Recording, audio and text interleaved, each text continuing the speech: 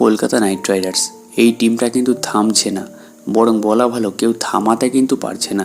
সে আইপিএলের যে টিমই হোক না কেন, তুমি আরসিবি, সিএসকে, এমআই, জিটি, যে টিমই হোক না কেন, কলকাতা নাইট রাইডার্সকে এই মুহূর্তে ভাই আটকানো অসম্ভব।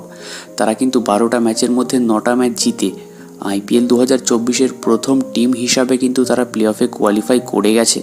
আর এই মুহূর্তে রেড হট ফর্মে রয়েছে কলকাতা নাইট রাইডার্স। সঙ্গে নেট রান রেটও কিন্তু বাকি 9টা টিমের থেকে সব থেকে ভালো, এবং প্লে অফে যেহেতু কোয়ালিফাই করে গেছে প্রথম টিম হিসাবে, সেই জন্য কেকেআরের কাছে একটা বড় সুযোগ রয়েছে যে তারা যদি প্লে অফের প্রথম ম্যাচে হেরেও যায় তাহলেও কিন্তু আর একটা ম্যাচ তারা পাবে ফাইনালে ওঠার জন্য। তো এটা কিন্তু সব থেকে বড় প্লাস পয়েন্ট।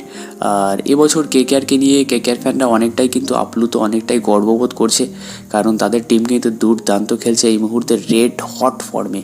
আর তাদের বোলিং ডিপার্টমেন্ট কিন্তু প্রত্যেক ম্যাচে কম রান ডিফেন্ড করে দিচ্ছে, মানে যে রানই হোক কিন্তু তারা ডিফেন্ড করে দিচ্ছে, সে 169 হোক বা 157, মানে যে কোনো রান কিন্তু এই বোলিং ডিপার্টমেন্টটা ডিফেন্ড করে দিচ্ছে। তো গতকালও কিন্তু 157 রান কিন্তু ডিফেন্ড করে দিল, এবং 18 রানে কিন্তু এই ম্যাচটা জিতে গেল কেকেআর, ভাবা যায়। আর অ্যান্ড্রে রাসেল, তাকে যখনই বল দেয় ক্যাপ্টেন, মানে যখনই কেকেআরের উইকেট দরকার হয় তাকে তখনই বল দেয় ক্যাপ্টেন শ্রেয়াস আইয়ার, আর রাসেলও কিন্তু ঠিক তখনই গুরুত্বপূর্ণ উইকেটগুলো তুলে নিয়ে আসে।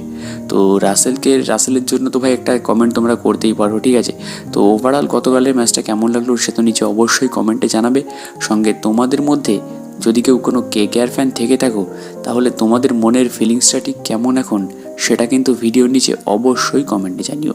সঙ্গে এটাও জানিও পরবর্তী ভিডিও তোমরা কোন টপিকে দেখতে চাও, তাহলে আমি কিন্তু সেই টপিকের ওপরেই ভিডিওটা বানাবো, ঠিক আছে? সুতরাং তোমাদের কমেন্টগুলো কিন্তু ভীষণ ইম্পর্টেন্ট।